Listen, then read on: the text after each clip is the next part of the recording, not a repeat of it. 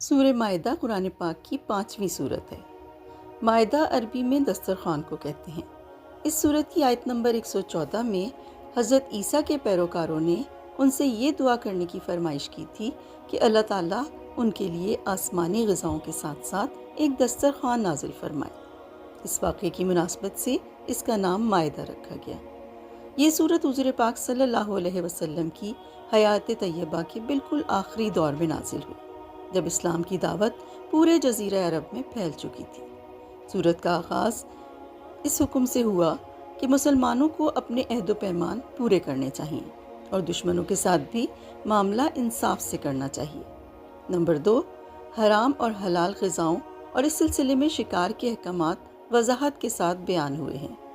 Number 3، اہل کتاب کے ذبیحہ اور ان کی عورتوں سے نکاح کا بیان اور چوری اور ڈاکے کی شرعی سزائیں مقرر فرمائی گئی۔ نمبر 4، قتل ناحق کے سلسلے میں حابیل اور قابیل کا واقعہ بیان کیا گیا ہے۔